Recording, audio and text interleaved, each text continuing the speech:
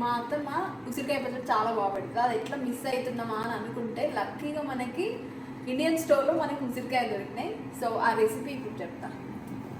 So మనం మెంతులు, జీలకర్ర, మిరియాలు లైట్గా రోస్ట్ చేసుకోవాలి.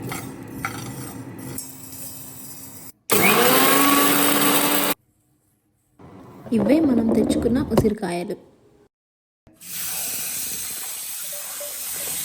ఇప్పుడు పచ్చడిలో ఒక ట్విస్ట్. ఇప్పుడు మనకు అంత సీన్ లేదు కానీ ఇది మనకు okay, this is fine.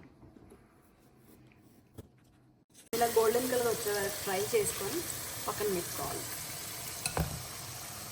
First మనం దంచుకున్న ఎల్లిపాయలు మన ఆయిల్లో వేసేసుకోవాలి.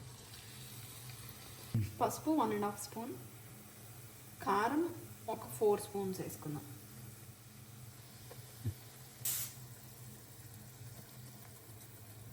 ఆవాలు, మెంతులు, జీలకర్ర అండ్ మిరియాలు పొడి.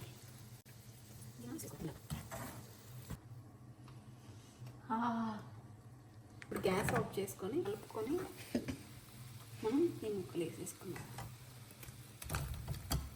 ఫైనల్గా మనం నిమ్మకాయ పెట్టుకోవాలి.